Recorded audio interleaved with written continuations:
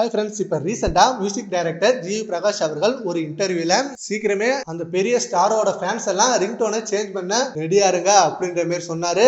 அந்த நியூஸ் தான் இப்போ செம்ம வைரலா போயிட்டு இருக்கு.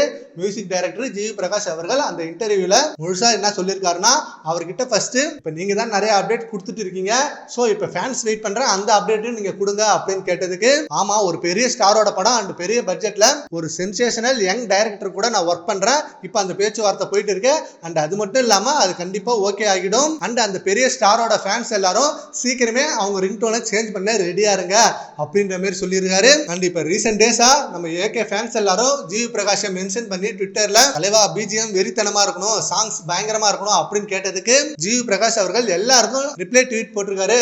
கண்டிப்பா செம்ம ரேஜா இருக்கும், வெறித்தனமா சம்பவம் பண்றோம் அப்படின்ற மாதிரி எல்லாம் கமெண்ட் கொடுத்து ஃபேன்ஸை செம்ம ஹைப்பை எகிர வச்சிருக்காரு. அண்ட் இப்ப இந்த இன்டர்வியூல அதான் சொல்லியிருக்காரு. குட் பேட் அக்லில ஒரு தரமான சம்பவம் ஜி பிரகாஷ் பண்ண போறாரு. ஆதிக் ரவிச்சந்திரன் கூட ஆல்ரெடி ஒர்க் பண்ணிருக்காரு. இப்போ இந்த படத்துல சேர்ந்து ஒர்க் பண்றாங்க. சரி ஓகே ஃப்ரெண்ட்ஸ், ஜி பிரகாஷ் அவர்கள் குட் பை அக்லி படத்துல தரமான பிஜிஎம் ஒன்று போட போறாரு.